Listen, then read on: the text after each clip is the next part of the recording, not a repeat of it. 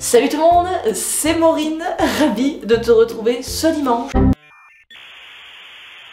Je ne te cache pas que je suis un chouïa épuisée par la nuit que je viens de passer. J'ai ma Shiva qui a une balafre de 30 cm sur la patte. Donc la nuit a été un petit peu... Et oui, alors ne vous inquiétez pas, c'est normal qu'elle ait une balafre sur la patte. Malheureusement, elle s'était arraché les ligaments du genou, donc il a fallu réparer tout ça, voilà. Donc je suis restée à son chevet une bonne partie de la nuit, voilà, et on va se faire un petit crash test. Il s'agit d'une fausse tresse collée, voilà. Parce que la technique est bonne, il n'y a pas de souci, c'est juste que je ne l'ai jamais réalisé non plus. Donc on va le faire ensemble, voilà, nous allons apprendre. Nous allons tricher. Donc aujourd'hui il va pas falloir grand chose, une brosse de chouchou, pas plus. Alors déjà, préalablement, on se démêle les cheveux. C'est mieux, comme d'habitude. J'ai réalisé hier quelque chose qui m'a un petit peu chagrinée. J'ai ma mèche ici, qui est totalement cassée. Cette mèche ici, à la base, c'était une longue mèche blonde. Et en fait, il reste plus grand chose. Je pense qu'il va falloir que j'arrête les décolos. Parce qu'au bout d'un moment, il n'y aura plus de cheveux ici. Enfin, déjà, il n'y en a plus beaucoup. Vous avez devant vos yeux les méfaits de la décoloration. T'as beau avoir des cheveux en très bonne santé, des beaux cheveux, ça les casse quand même. C'est inévitable. Je m'en suis quand même bien sortie, je pense. Ça va faire 3 ans et demi, je crois, que j'ai cette coiffure, que j'ai cette couleur, cette identité visuelle. Et bon, que ça pète au bout de 3 ans, c'est quand même pas mal, ça aurait pu péter bien plus tôt. Il va falloir quand même que je trouve une solution rapidement, parce que les racines, ça attaque à être un peu moche. Le rendez-vous chez la coiffeuse ne saurait tarder. Alors, une fois que t'as tes cheveux démêlés, on va venir faire une tresse à l'arrière de notre tête, ici, et on va faire une tresse classique. Donc tu prends un petit rond de cheveux, comme ça, voilà. Et cette mèche, tu viens faire une tresse classique, donc à 3 brins. Alors pour ceux qui auraient besoin d'un rappel, voici comment faire une tresse classique. Il n'y a pas plus simple, tu as tes 3 mèches. On va attaquer avec la mèche de droite. Je vais au milieu des 2 autres mèches. Je prends ma mèche de gauche, je l'amène au milieu. Droite, au milieu. Gauche, au milieu. Droite, au milieu. Gauche, au milieu. Voilà. C'est plutôt facile. Normalement, tu ne devrais pas avoir trop de difficultés à prendre en main la tresse classique.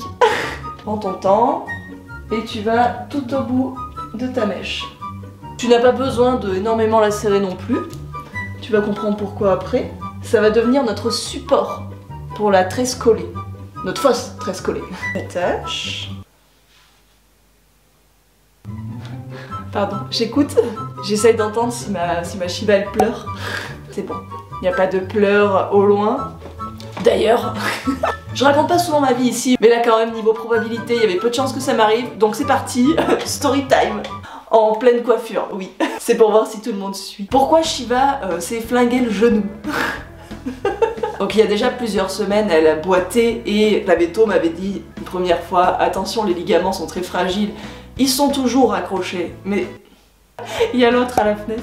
Donc les ligaments sont toujours accrochés, mais très fragiles, donc du repos, du repos, du repos. Au même moment, j'avais les maçons chez moi qui donc ont fait la première partie des travaux, donc détruire le mur, faire une tranchée et tout, etc. Et il a fallu faire entrer des engins chez moi, dans mon terrain. Et donc, il y a eu des ouvertures, parce que chez moi c'est extrêmement bien clôturé, parce que j'ai 2 huskies.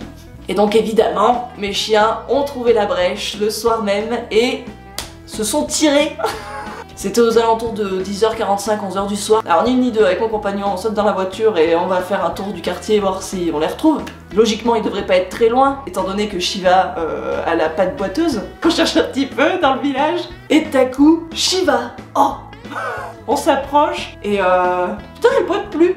On se rapproche encore un peu. Et Shiva a pas les 2 yeux bleus.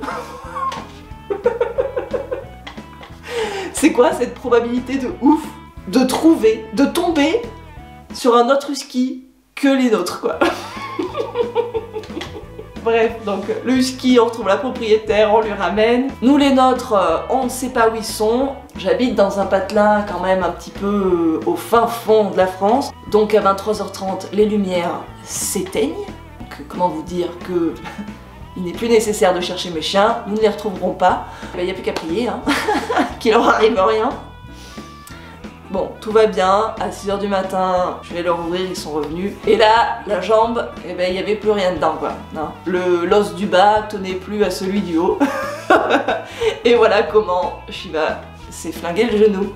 Ce que je ne savais pas avant l'opération, chez les chiens, les ligaments, c'est dégénératif. Pas comme nous les humains où c'est quand tu te blesses. Dans tous les cas, à un moment donné, ça se serait arraché et il aurait quand même fallu passer en chirurgie pour réparer le genou. Donc vous saurez, les propriétaires de chiens, que les ligaments croisés chez les animaux, ben ça peut arriver comme ça.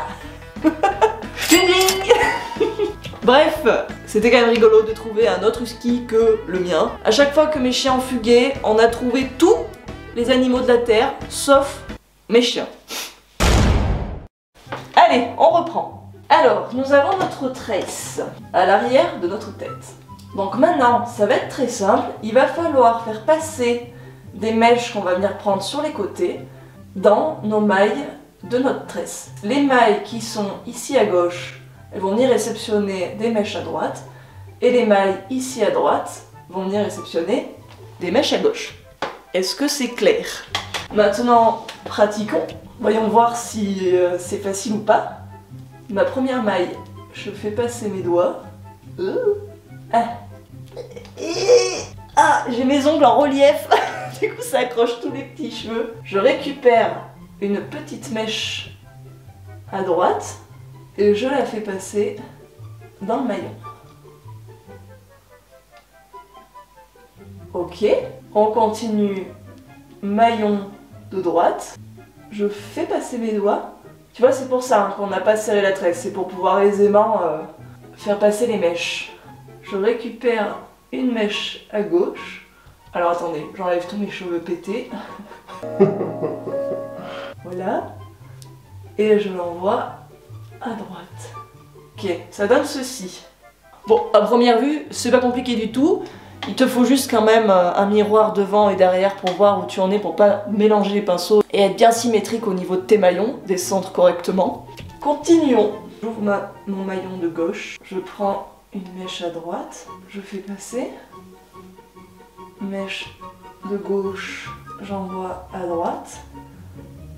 Alors j'ai un petit peu peur sur la détente. Non, ça a l'air d'aller. Hein. Est-ce que ça va se détendre ou pas à force de descendre et de tripoter la tresse? Et pour l'instant ça plaque bien, c'est pas mal hein. Ouais, c'est pas mal. Alors ici c'est un petit peu détendu, c'est parce que mes mèches sont cassées. Hein. Référez-vous au début de vidéo. Parce que vous voyez ce côté, mes cheveux sont pas cassés et ça reste quand même assez maintenu. Hop, hop. Donc plus t'arrives en bas de la tresse, plus c'est difficile de rentrer tes doigts dedans. Hop, hop. Voilà, ça donne ça pour l'instant. Le trompe-l'œil fonctionne. On dirait bien une tresse collée.